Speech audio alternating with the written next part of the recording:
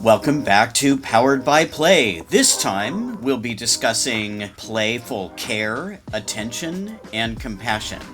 These are ways in which we playfully keep ourselves healthy and happy and seen. Avery, press play.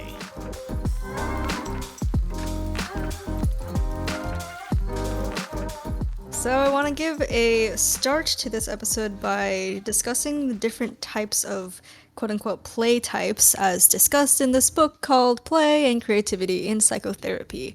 Desire, pleasure, satisfaction all reveal themselves in various types of play. There is object play, which involves the desire, pleasure, and satisfaction to tinker, construct, tear down, and use tools. There's social play, which involves the desire, pleasure, and satisfaction to chat, flirt, tease, and joke around. There's body play, which involves the desire, pleasure, and satisfaction to dance, jump, run, touch, and tickle. And caregiving play, which involves the pleasure, desire, and satisfaction to nurture pets or encourage a friend.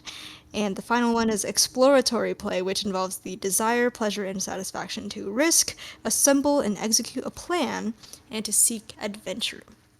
Now, so far in our episodes, we have discussed some of these other types of play, such as object play, which kind of relates to Legos and building blocks and Jenga, as well as exploratory play, which is found in a lot of video games, but also a lot of childhood games where we seek adventure and create our own little adventures together.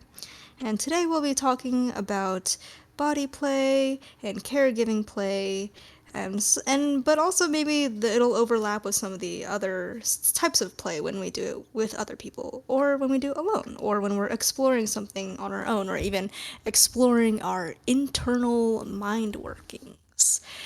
So here's some more information from this book that says play is essential to socialization, and it's to practice skills that are essential for adult life, like running, jumping, climbing, and fighting.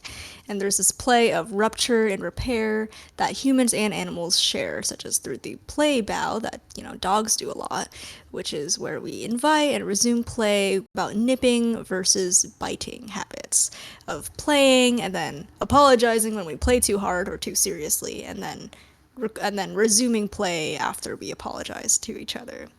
And this other chunk of quote, like I was talking about this book earlier, if anybody out there needs a book recommendation, Play and Creativity in Psychotherapy, edited by a group of different authors, including Marks, Tarlow, Solomon, and Siegel. This book is basically our entire podcast in the best way. If you need any supplementary reading, this is the book for you. And so on page 158, bringing out my academic habits here, it appears that play represents the cutting edge of cognitive, emotional, social, and behavioral growth in all animals. Within psychotherapy, a playful attitude, both on part of the therapist and patient, affords the positive spectrum of feelings, as well as the motivation, energy, and curiosity to expand and grow, conditions that hold no matter how serious the explicit content. And the amazing part of this book is that it combines scientific research and analysis from seemingly very different areas of the human brain's needs. We have play and creativity, right? That's theater and art and games and socializing, and how that relates to psychotherapy, which seems like such a serious topic. It seems like psychotherapy is all about everything that has gone wrong in your life and all of the ways that your childhood has negatively affected your adulthood, and how therapy has such a connotation of let's sit down and talk it out, and let's let these emotions be cathartic, and we're going to heal you from the inside out. But bringing all of these topics together of play and psychotherapy is very fascinating, because there's clearly a lot of elements in play, as we'll discuss today, that involves healing and finding ways to play on our own. What's on your mind about how healing play can be, Drew? Well, maybe the first thing to talk about is what is care to us? What care do we need? What care do we deserve? Where do we get it? And why do we seek it from ourselves and other people? I guess I would start with basic care is if we're looking at Maslow's hierarchy of needs, right? Starting with safety, yes, the good old The Maslow pyramid, the triangle. triangle. We start with things like safety and shelter and food, and then we go to things like social interaction and self-actualization and things like that. But if we look at the base, if we look at the bottom of the pyramid, we need things like hygiene, we need things like food, we need things like sleep. So things like cleaning and bathing. Spas are there for that, for care. Hammams, where you have water poured over you and then are scrubbed. Korean spas with scrubbing and sort of full body exfoliation. Ultimately, we're responsible for our own hygiene and taking care of our own needs, like making sure we have food, making sure we're clean, making sure we get enough sleep. But playing with others, partners participating, or friends or family, maybe a partner scrubbing our back, or a friend or family member or partner cooking for us. There's that wonderful scene, Avery, in Moonlight that takes several minutes where the main character's guy that he's kind of interested in cooks for him because the guy he's interested in works in a kind of a diner or a cafe, and the movie just spends so much time watching the man cook for this other man that he's interested in, and it shows all the stuff that goes into the food. That's care. That's care. That is, I mean, we all need food. We all need nourishment. So Yeah. making sure that somebody gets food, or making sure that you keep other people quiet so your loved one can rest. All these things. But also, I mean, I mentioned the Korean spa. There's kind of a sense of luxury if you go and you have someone else take care of your needs for you. What do you think? Yeah. And it's also completely ancient as well. These group baths, and I remember reading about Roman baths for the first time in some Yeah. Magic Tree House books. I was very intrigued because what? This is like it's like a indoor pool but better. You Oh, know, you yeah. get to the furthest extent to a Roman bath that we would go to growing up for me would just be like the neighborhood pool, or we had a place called City Gym and Pool, and they had an indoor pool, and that was kind of it. You know, it wasn't like, I don't know, it wasn't as social or Yeah. therapeutic as spas and baths are usually. Yeah, absolutely. I remember the community pool that I had when I was a younger kid too. You just sparked a memory. And this was back in the day when I, as a fourth grader, fifth grader, could take my younger sister down to the pool. We would just walk there. It was down the block, and we would walk to the pool. We had this key that would open it, and she would play in the children's pool, and I would play in the bigger pool. And just the fact that we had the freedom to do that, and that we had that in our community, just like you. I mean, what an opportunity. And we often talk about the healing waters, right? Yeah. Bath or Bath in the UK is known for its healing waters. So it's not surprising that sort of care and play involves that too. Yeah, I've been to these hot springs in Utah once, Oh and it yeah. was actually a really wonderful memory. I was actually away in this valley in Utah for 2 weeks for a feminist summer camp back in 2019. And there was one evening where we drove out to these hot springs in this mountain. It was so beautiful. It was late afternoon, so the sun was kind of setting beyond the mountains, and it was these natural hot springs that had hot water, and a bunch of other people were there too. And then they also had these individual bathtubs that apparently somebody had lugged out there, and these bathtubs were also filled with the natural hot water. And I have a very distinct memory of seeing the cotton in the air or these spores, whatever the. I don't really know nature things, but there was stuff in the air and it looked really pretty.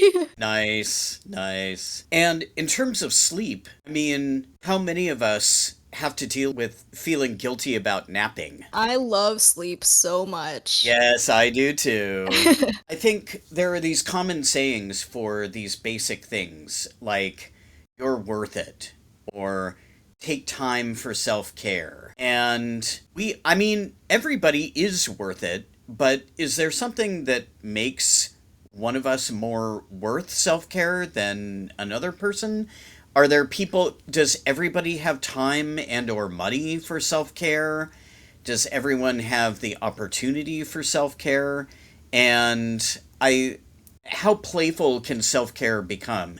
I know we've all seen these sort of images of like someone in the bath with a little rack to hold a book that they're reading and some wine, next to them on the bathtub. And I think that that is a very playful image and a very let's give myself what I know I want and call it play. Yeah, I think self care play is actually one of the most widely dispersed. No, self care play is one of the types of play that is the most equalized Oh, among yeah.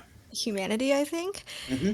There are several famous barbers who give free haircuts to homeless individuals, such as Joshua Coombs or Jason Schneidman, and tons more who probably, are not viral on the internet.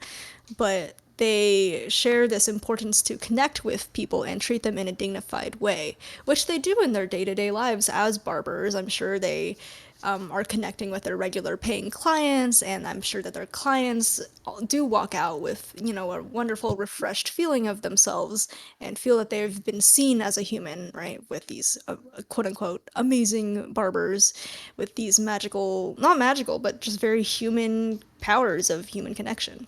And then on the other hand, there's the side of exchanging emotional healing without monetary gain. And it's the same service, but to people who are homeless and people who have been disenfranchised and who are actively suffering in a way that's so deep that they cannot merely afford to get regular haircuts, let alone sleep in a house that they are paying for. It's just the reality of a lot of situations for many people. One of the fun things that a lot of these barbers say is that the barbers themselves feel more emotional healing in themselves too. And there's way some way, them giving free haircuts to these homeless individuals is more enriching for themselves than for their day to day working barber lives. And I think that's fascinating. Yeah, the question of service and what does service do for us and playful service like that. Yeah, and And it's almost also subversive that they're doing this because they're telling the world, "Hey, these homeless people are worth it. Everybody is worth it, regardless of who they are, where they're from. You are a human being and you deserve to be seen and cared for." absolutely.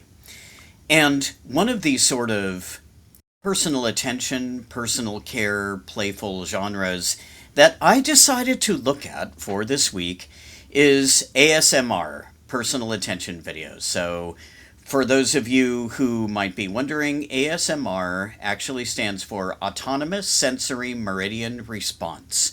And this was created by a sort of an ASMR fan named Jennifer Allen, and Jennifer Allen wanted to move away from this sort of nerve tingling or bringing the body to sensory life through sound. She wanted to move this away from the concept of sexual arousal.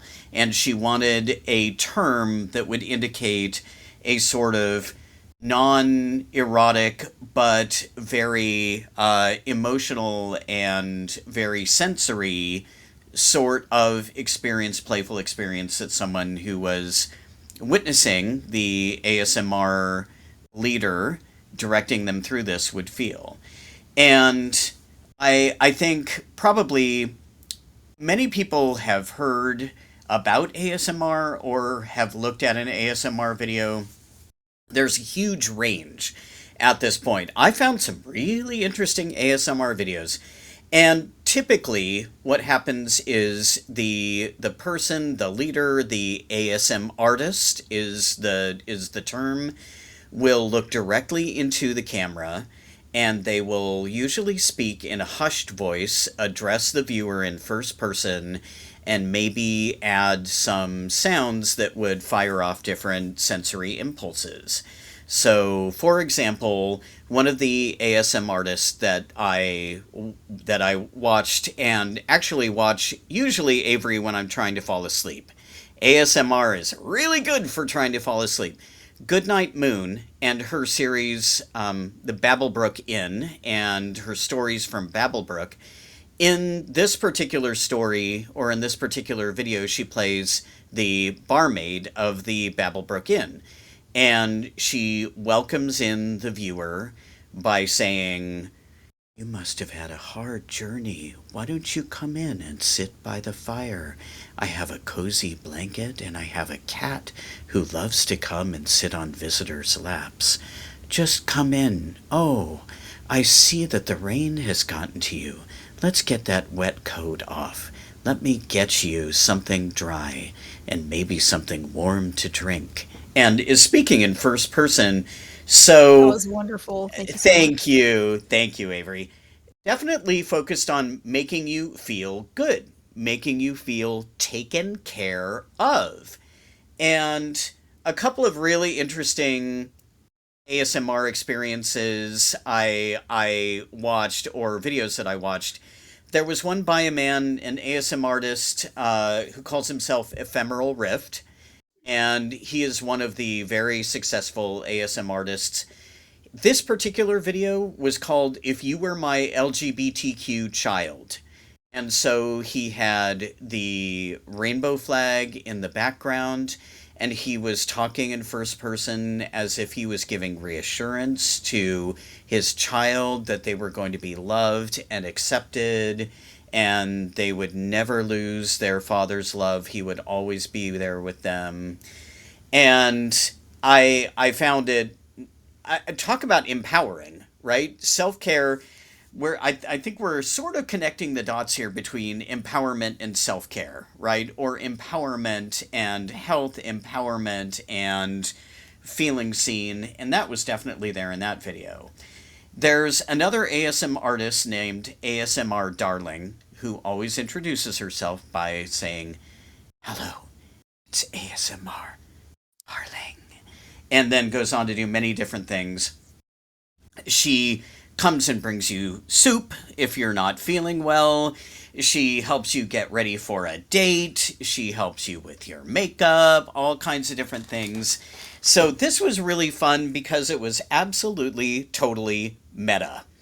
ASMR Darling fired up ChatGPT and asked ChatGPT to write an outline for an ASMR experience to help the listener fall asleep. And ChatGPT, she showed in real time what ChatGPT was creating, and then she said, "All right, I'm going to come back and I'm going to do exactly the video that ChatGPT set up for me." And so it was this really wonderful and lovely meta experience. And Avery, how do you feel about ASMR? I I first discovered it in high school when my friend showed it to me. He was like, "Hey, have you seen this stuff? It feels so tingly and good and stuff." And I think during high school I was in a very hyper masculine, emotions are silly and logic is the best kind of phase. And so my first instinct was to feel that that was a little bit too girly or something like that. And so I was like, "Oh, this is interesting. Great. All right, cool. I'm done. Bye." And that kind of situation toward it. In recent years, however, I do enjoy it.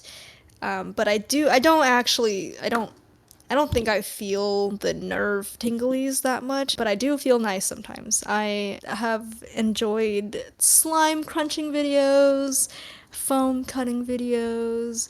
I love rug cleaning videos, as I've discovered lately. There's this guy on Facebook and other social media called Rug Mountain Cleaner or Mountain Rug Cleaner, and he cleans these rugs for up to 10 minutes at a time, and it's very satisfying.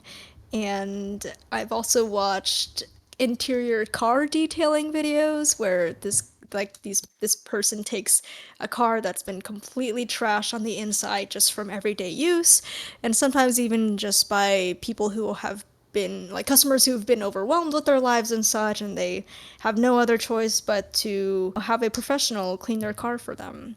There's also videos of professionals cleaning a house owned by a hoarder. This also reminds me of Marie Kondo and the sensation that she became Oh, yeah. from her Netflix show and her book and such, of keeping the house tidy and also keeping your life tidy, and how a lot of these videos and shows about cleaning the house and cleaning the car, they somehow tie the messiness of the object to the internal turmoil in the individual's lives, in the customer's lives. Yeah. I think we all have felt that feeling of I can't work unless I clean my workspace. Yeah. Right? I can't get started. There are dishes in the sink. Yeah. I can't get started. There are papers on my desk, and maybe some days more than others. And the feeling of watching these videos is also that you're kind of on this journey along with the object being cleaned. I feel like it's almost empathizing with the object and identifying with it Mm, as well, or with its story, which is a strange thing to say because, why would I, Avery, a normal person, identify with a dirty rug that is caked in dirt and cannot, in so much so that you cannot see the original pattern or colors whatsoever? What does that even mean to identify with it?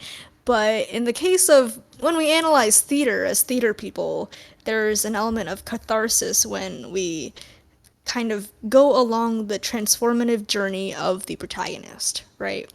And I yeah. think that is exactly what's happening in these cleaning videos, is that we are we are empathizing with the transformation that the object is going through. And we internally kind of feel a little bit of that transformation as well. We are teaming up with the cleaner to feel some sort of change in ourselves, and it's really really subtle, because at the end of a rug cleaning video, I'm not as it's not the same as if it were I were at the end of watching a musical or something like Hadestown or whatever, right? Like at the end of Hadestown, I was bawling, I was crying, I was standing up, I was shouting and wanting to just explode. But at the end of a rug cleaning video, I kind of just take a breath and I'm like, wow, that was really impressive. And then I go to the next video and see what that one has to offer. And it's not so much of a huge outburst of healing. It's a very subtle feeling a little bit cleaner than you started with. And it's also not the same thing as just seeing a picture, right? At the end of these rug cleaning videos, they do show like a before and an after, and you can really tell the difference, but it's not as much of an impact as if you did not see the video of the transformation itself happening before you. And I think that's what we really like about play and healing, is that it can be very transformative. And I think also I have watched videos of watchmakers sort of saving old watches that have needed significant repair. I think there's something about the rug or the watch or whatever it is, it survives. Our society is so programmed to get rid of something if you no longer have any use for it, or if it's going to take too much time. There's that general feeling of, oh man, that toaster just is not functioning the way I want it to, instead of fixing it, I'm just going to know that I can go to Target and get another one for 25 bucks. So I just get rid of the toaster. But a rug or a watch or anything that can be fixed, that can be made to continue, to persist, to survive, to continue to be useful, and, as Marie Kondo would say, continue to spark joy. It was dirty, it was broken, but it can have a new life and can continue to spark joy in its user. And there's something I think powerful about that too. And that even reminds me of these videos of cleaning old rusty knives too that I've seen a lot Oh, of. yeah. And these knives that the cleaner takes in are completely unrecognizable. There's crust, there's stuff, there's scientific change has happened to this knife. And to many common people, it's irreversible. This knife is unusable. You can just buy a new one in 5 minutes instead of cleaning one for 5 hours. But at the same time, these videos also have multiple millions of views because we are really intrigued by watching the rust come off somehow through other chemical means, through a human. I think it's also the human touch of I I can witness somebody who can do this amazing feat of restoring something that everybody sees as trash.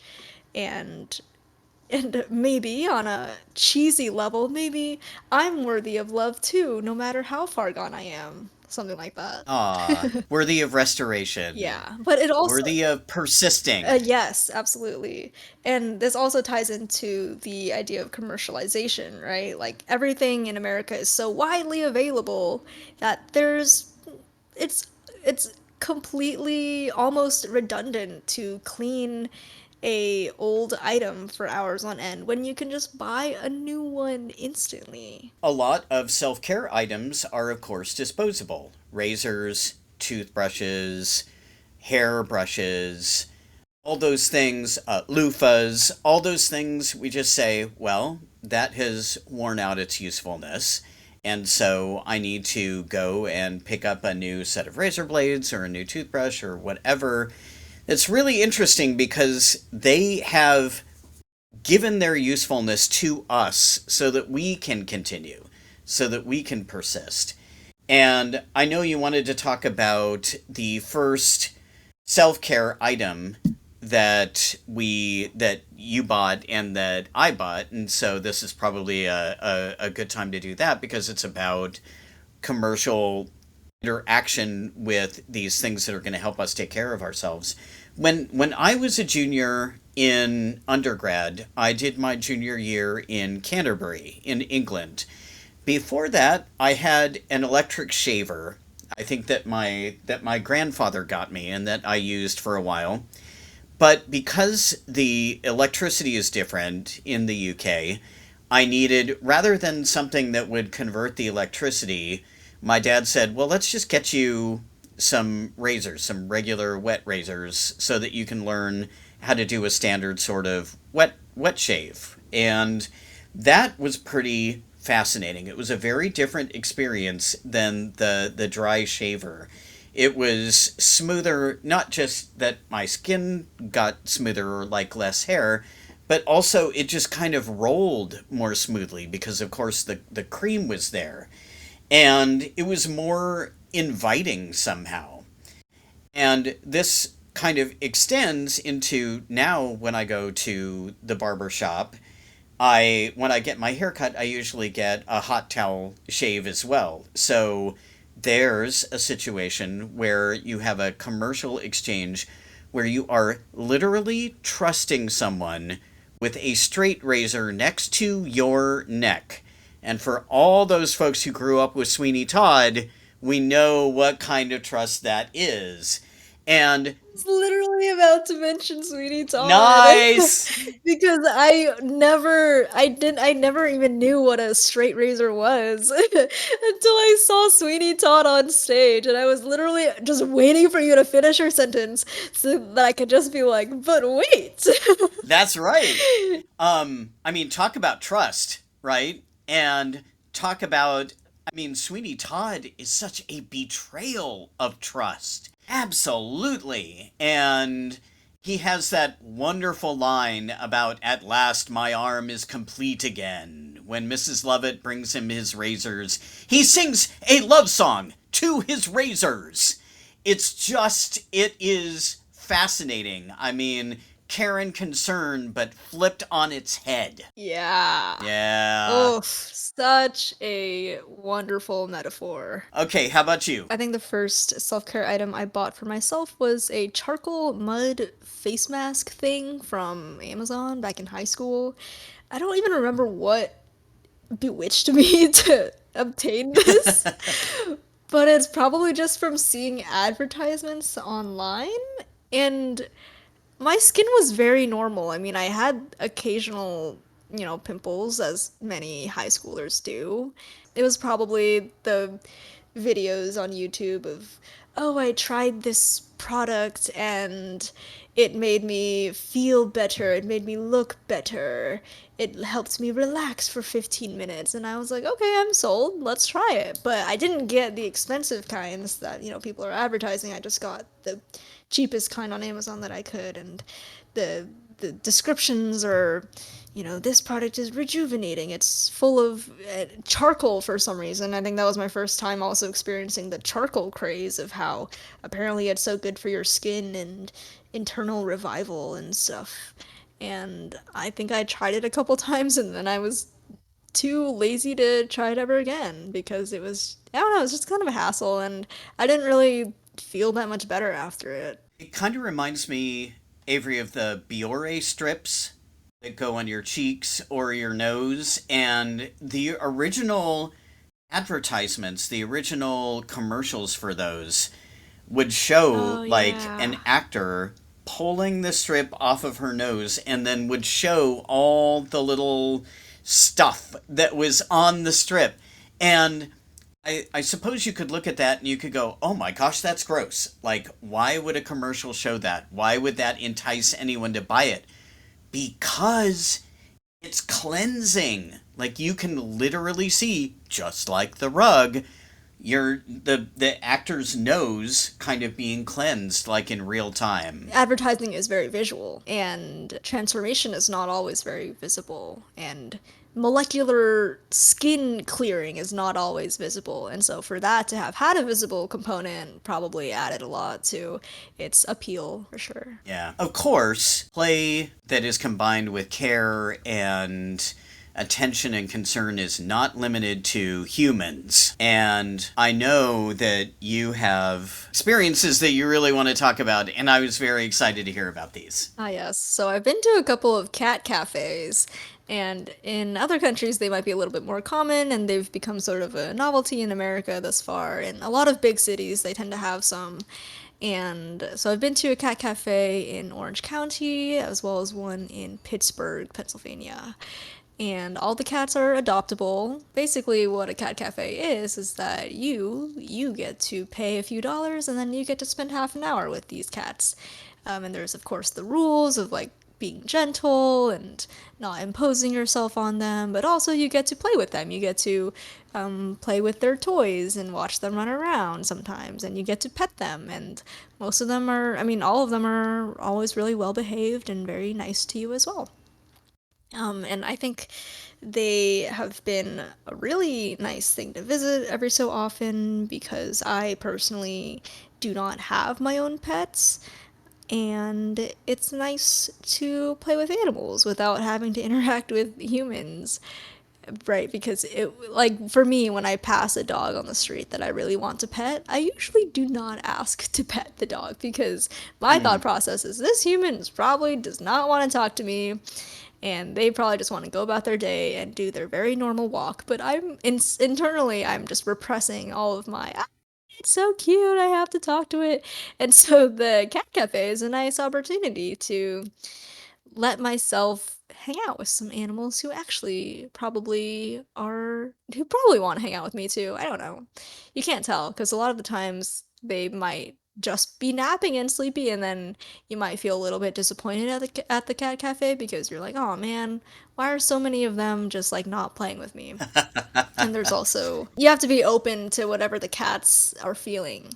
You can't force them to play with you. And my sister, she's done goat yoga and puppy yoga as well, which is a very fascinating idea. It's a very good opportunity to combine play and healing and animals. And my sister's fiance described it as quote unquote hot, sweaty fun. I don't know if it was hot, comma, sweaty, comma, and fun, or if it was fun that was hot and sweaty. But anyway, that consisted of basic yoga poses, and then the animals and the animals' handlers would walk around, and oftentimes the goats and puppies would like climb on top of you sometimes and just hang out like that. And the organizers and the teachers know that the players, the yoga, oh my god, yoga players. What do you I call a love person that. doing yoga in a class? Um, Yeah, let's just call them yoga players. sure, let's The do yoga that. players are gonna keep the poses simple because the goal here is not necessarily for advanced yoga training. It's more for do something new and also have these cute animals play with you at the same time. Yeah. Adding animals to things and asking the question, okay, which way is the care going?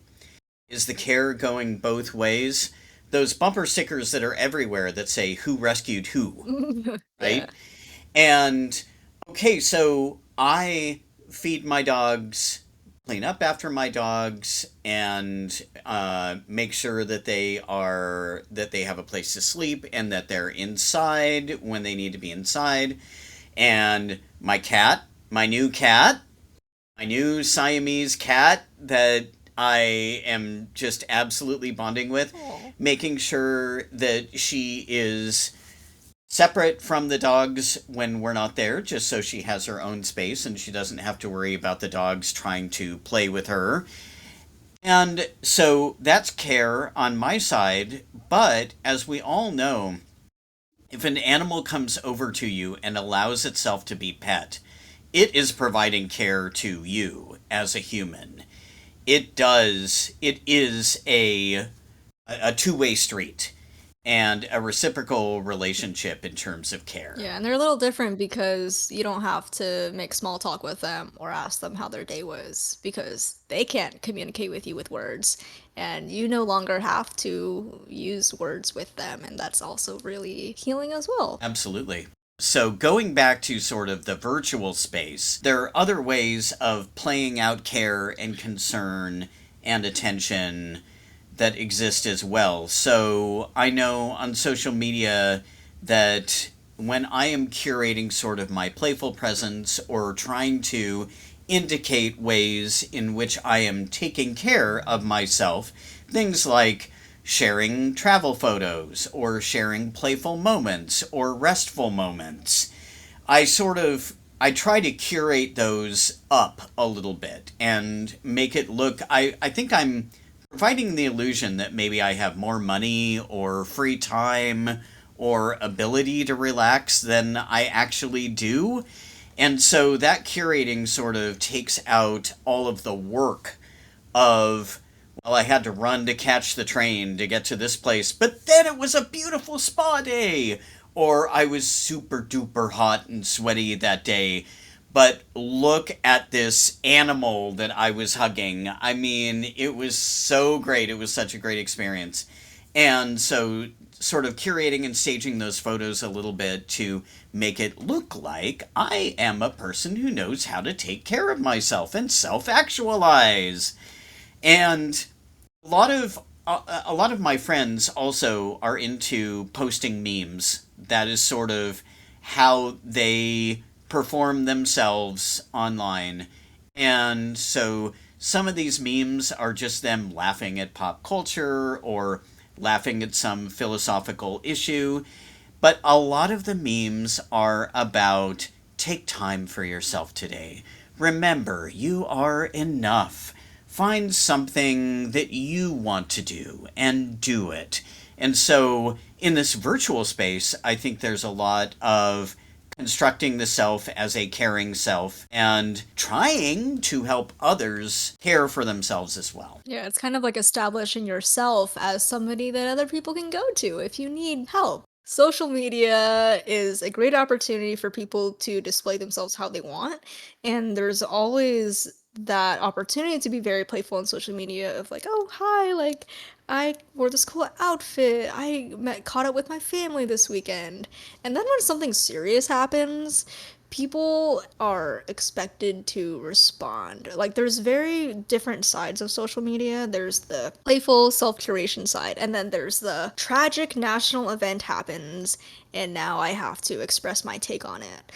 And if I don't express my take on it, and if I continue to post silly, funny memes, then people might assume that I don't care at all. I have no longer decided to post on Facebook much anymore, just because I see such a variety of stuff on there. I have friends who are having the best moments of their lives and are posting about it, and I have friends who are going through the worst moments of their lives and are also posting about it.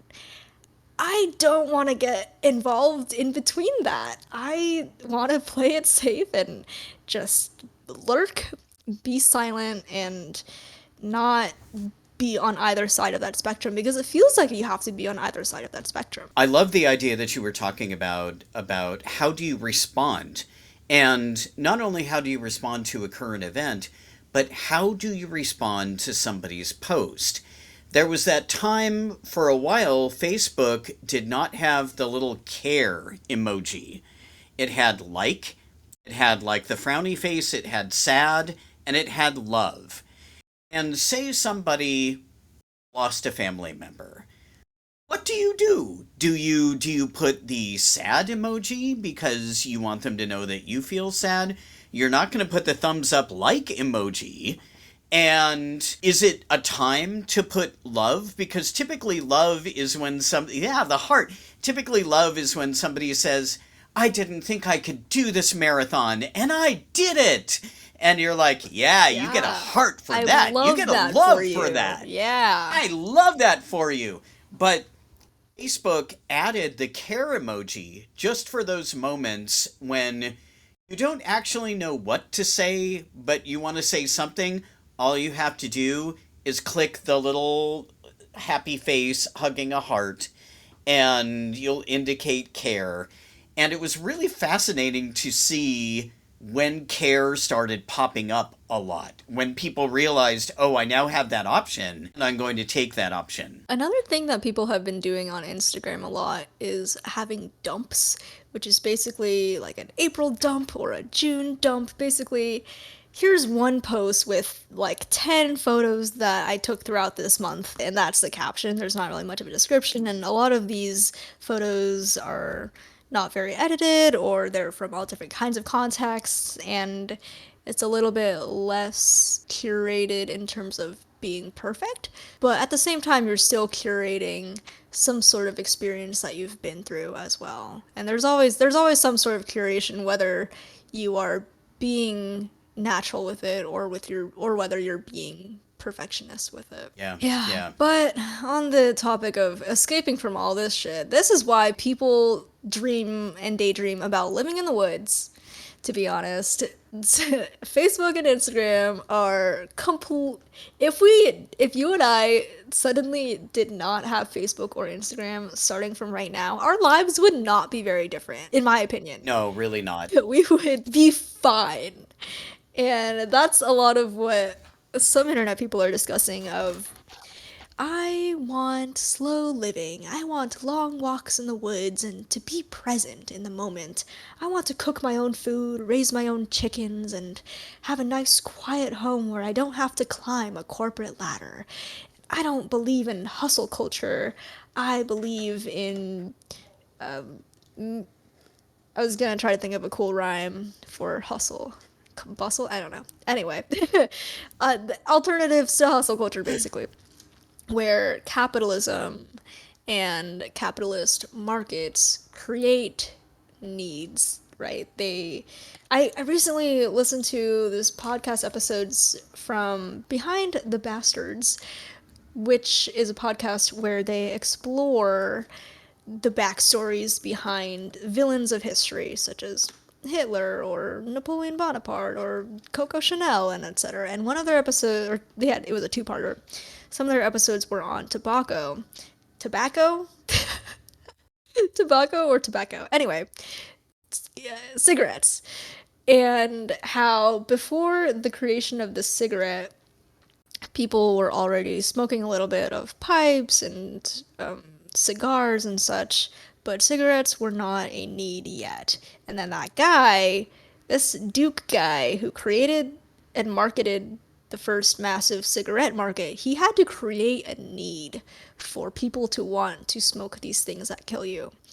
And it multiplied to the point of a multi-million, billion, etc. dollar industry.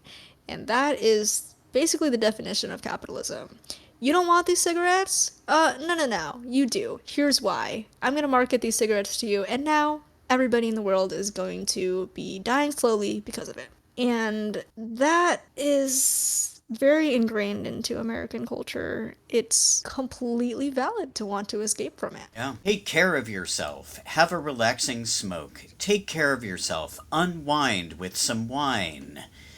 Take care of yourself. Go clubbing with your friends and just have fun and be you. And we will get to a section eventually on deep play or dark play or risky play, and we'll get to some of those questions as well. But absolutely, it's really fascinating to see companies manufacture a way for you to be more you through buying their product. And I think you got it. You nailed it. Like, that is the way that they will make their money, and that is the way that they will convince people that they are caring for themselves. Yeah. Absolutely.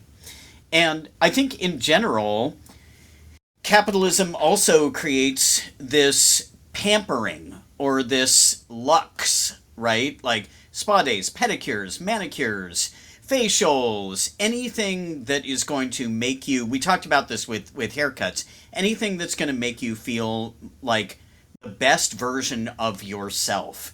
And what's interesting is that I see people sometimes on social media saying, I went and had a spa day, or I went and just went out with the girls and had some wine tonight. And people will say, good for you. Like, you did the work to give yourself a pedicure, or you did the work of crushing the grapes and making the wine. And this is kind of fascinating too, like the ownership of self-care and who pays for it and who is the person Especially providing it. because when somebody is doing self care 24/7, that's when other people start to question you and tell you that you're doing it wrong.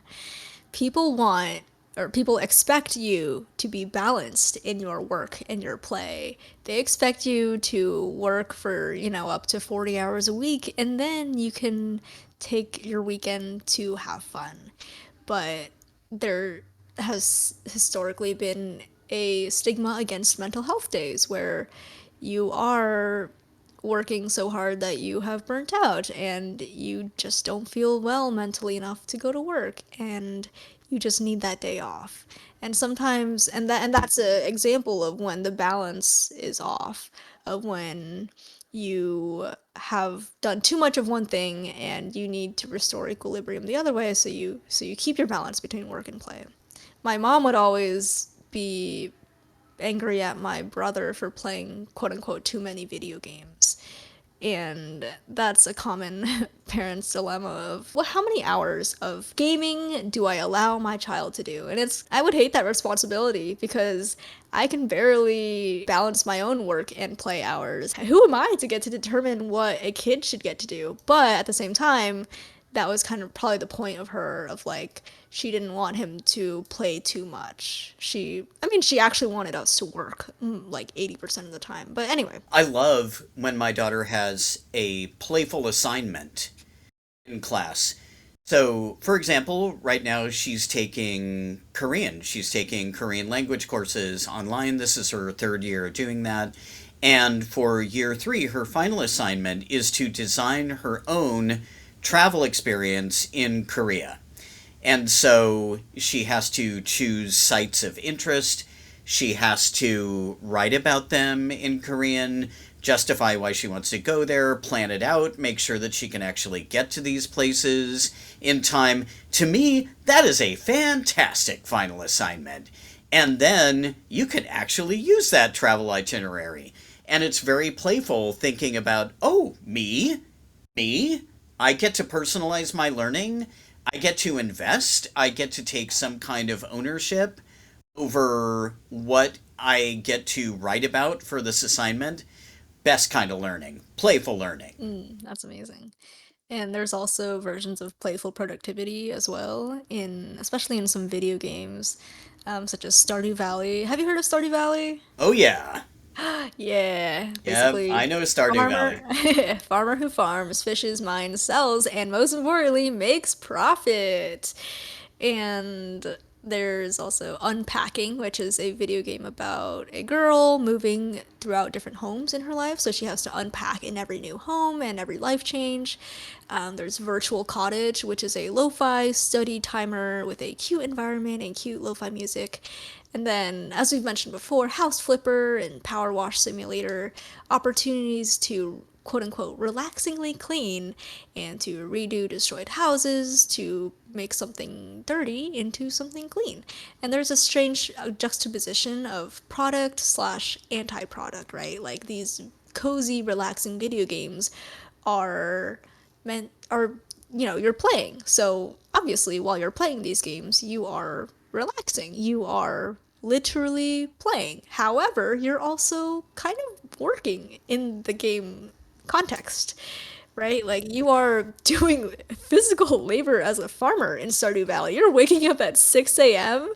every day and going to bed at like anywhere between 11 p.m. to 2 a.m. Like you are busy. You are making things happen. Is it escapism because it's more relaxing and healing of where we're escaping from? Yeah, I feel like we're kind of spoiled. They do this in board games too. Like there are board games like Agricola where you're farming, other board games like Stone Age where you're hunting and gathering and bringing stuff back to your tribe. We are spoiled, Avery. We are so unused to manual labor in many respects that in order to have any connection with it, we want to play it. So I'm not growing crops. I'm not harvesting my crops. I'm not building a house. I'm not going and gathering eggs. But I can play that and perhaps get a little bit of satisfaction in the same way that someone who that is their livelihood would get satisfaction. We're relaxing because we're not actually doing it. Yes. And yeah, we want to have our cake and eat it too. We want the satisfaction of growing crops and building houses, but we don't want to get our hands dirty. Yeah, such a bougie thing. Yeah. There's also caring for a virtual pet or a virtual kind of person. So I'm thinking of like back in the day, the Tamagotchis, I where was they were. obsessed with those. Yeah, and you have this pet that you have to feed, you have to make sure it knows what to do. And then The Sims, all of the Sims games. And if your sim has a baby, you've got to help that sim take care of the baby so the Child Protective Services doesn't show up and take your sim baby away from you. And I love the idea of we have to care for virtual animals or people and learn how to do that. And in The Sims, you also get to create your character how you like it as well. I think that was also a very wonderful part of The Sims for me was that I got to the first thing that some people do when they play The Sims is they create a character who looks exactly like themselves. Oh, yeah. And then after that character, your next character, you will probably make it like as different from yourself as you can, or a better version of yourself. If only we could do that in real life, huh, Drew? If only we could do that in real life. I know, I know. But there's always little things that people do sometimes to try to make their daily self look a little bit better Yeah. than they normally do. Like we said with spas, or now with playing with makeup and clothes as a kid or as an adult, and how gendered the idea of makeovers and dressovers and dressing up is, right? With how socialized it is for girls to be playing house and to be playing dress up and with makeup and with pretty dolls and to play virtual video games that are like dress up and makeup and stuff like that. And whereas with the male side of things, they're not so much, it's not marketed toward them. The things that are marketed toward males is violence and action figures and cars and such. Yeah. And there's also the idea that playing with makeup and clothes is something for children. Is it's you're too old to be playing with makeup. You're too old to be dressing up. No, screw you. Anybody can play with makeup and clothes, and regardless of gender and age, you know? Absolutely. I love the idea that when Johnny Depp played Jack Sparrow in Pirates of the Caribbean, that he was playing with guy liner, and he was playing with also long hair and beads, and his movements were almost a little effeminate, and Jack Sparrow was kind of gender bendy, and yet he still, because this was, he was supposed to be sort of a leader, he was also going after the ladies. And Jack Sparrow would like have a new love interest in practically every movie. And I think there's an interesting dividing line between wardrobe and costume. And very specifically, for example, in something like a maid cafe, there is a specific costume that has to do with I am serving you. I am here to take care of your needs. You tell me what to do, and I will do it, serving the onlooker. And so, not necessarily an empowering method of dress, but a method of dress that empowers the person who is going to pay money to have that service, right? Oh, so it's like a reverse empowerment. Like, Yeah, I'm dressing up, but you're the one who's feeling the effects. exactly. Exactly. And then there's but do you get something out of caring for someone else? I mean, a maid cafe obviously is different than a parent caring for a child. And one of my favorite things when my daughter was younger was to get up on the playground equipment and like scramble around with her and see, oh, what is this slide like? Or can I get all the way down the monkey bars? Do I still have the grip that I had when I was a kid? And so caring for a child, playing with a child, serving somebody in terms of giving them a haircut or giving them some kind of like exfoliation versus serving them in something like a maid cafe. All of them are serving someone else. Some of them have a commercial aspect to them, and some of them are just how do you feel about caring for somebody? And I have this quote from Maya Angelou here. She said, if you find it in your heart to care for somebody else, you will have succeeded. So you will have done something that will lead to your own growth. That's wonderful. Yeah. Maybe to wrap up here, taking care of the parts of ourselves that we cannot see. We can see the body, right? We can see or we can feel the effects of like our stomach if we need to eat, or our head if we need to sleep, and our bones and our muscles if we need to sleep and we're just aching. But Avery, I know you kind of were interested in those aspects that we can't see, the psyche, our mental health, spiritual health, emotional health, all of those things kind of put together. So I guess the last thing I would say would be that feeling seen, feeling valued, feeling cared for are important no matter who we are. And the idea of we belong, we are desirable, This is the very, very top of Maslow's hierarchy of needs, the very, very top of the pyramid. And I'll use this last quote from Jane McGonigal, who's a researcher into games and gaming. And Jane said, "If you are a gamer, it's time to get over any regret you might feel about spending so much time playing games. You have not been wasting your time. You have been building up a wealth of virtual experience that, as the first half of the book will show you, her book, can teach you about your true self, what your core strengths are, what really motivates you, and what makes you happiest." That is excellent. My concluding challenge for the listener is to spend 5 minutes to daydream. Here's a quote from Play and Creativity in Psychotherapy, yet again, about the daydream effect, where daydreaming is a safe haven for wonder and is the least structured function in human cognitive processing. There are no pointed mental rules to govern daydreaming.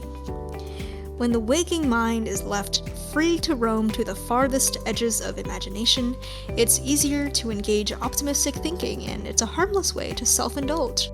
An obvious explanation for this is temporary comfort or relief from what worries us, and through this autonomous relief, we forgive ourselves a little bit.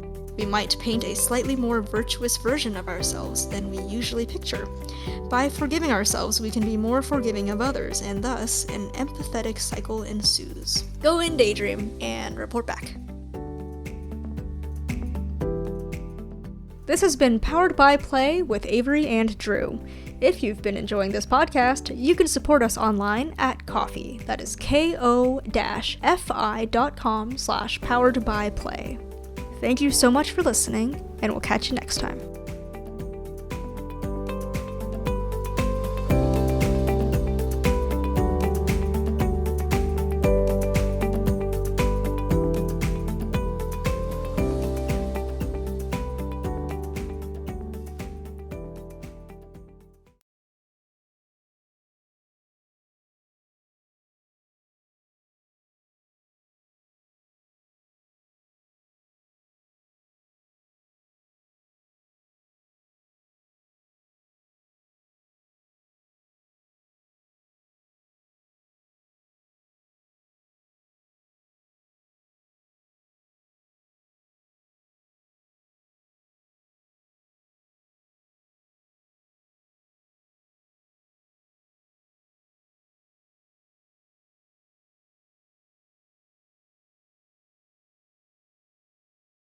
This has been Powered by Play with Avery and Drew. See you next time.